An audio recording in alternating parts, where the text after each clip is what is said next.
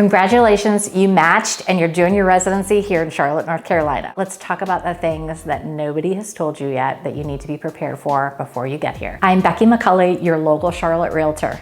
So the biggest thing to know about the medical community in Charlotte is there really are not independent practices. There are two main hospital systems. Everything is attached to them. So you have Atrium Health and you have Novant Health. While it's great because there's a lot of momentum behind each of those organizations, if for some reason you want to stay in Charlotte but switch to the other company, it can be a little bit of a challenge because of non-competes, and you might have to be living in Charlotte and drive all the way up to Mooresville because you can't work within 25 miles or something. That is one really unique thing about Charlotte. You should just know that going into it.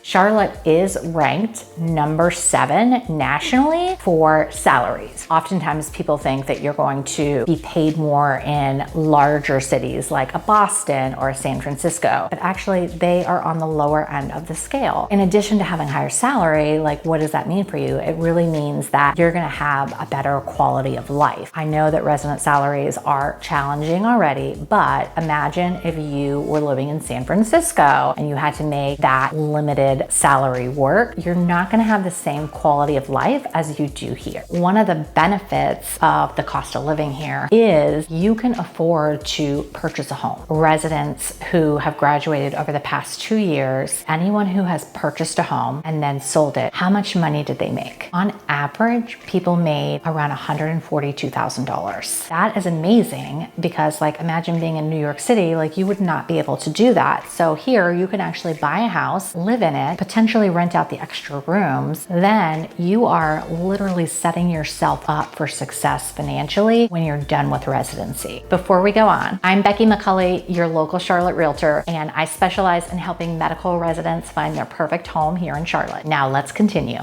Charlotte is a really active city, and so if you like that, that is going to be awesome here. A lot of people are running, biking, doing some sort of level of fitness, and so there's generally a lot going on and people are constantly doing something. So that is just something to know, that this is not one of those towns where people kind of stay inside a lot. Some of the best places that I would recommend are Freedom Park, which is nice. You can just hang out there, you can, wander around, you can run. There's also a lot of greenways here, and you can actually go on the little Sugar Creek Greenway. You can start at Freedom Park and you can kind of go through Myers Park. You can go through all different areas. That's where you see a lot of people even just walking their dogs.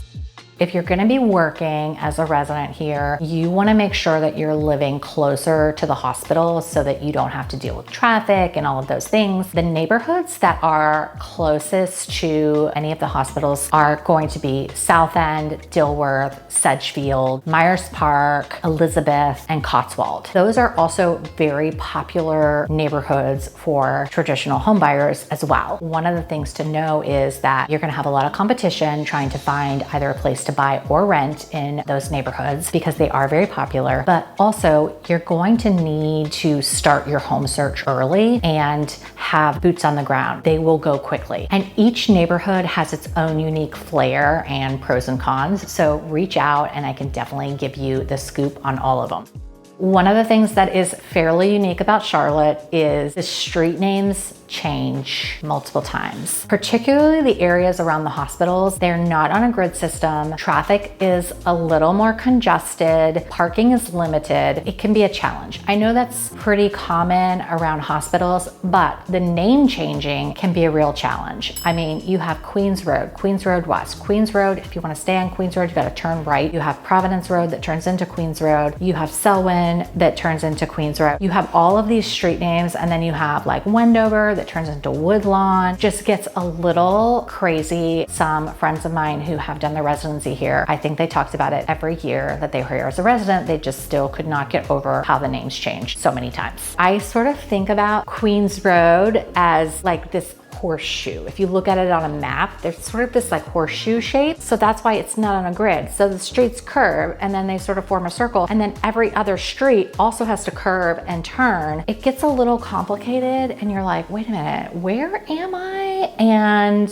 where am I trying to go? Because I gotta like turn this way to stay on the road. It's a mess. It's a hot mess. If you have any questions about neighborhoods, where you should be thinking about buying, any questions at all, drop them below and I'll get back to you.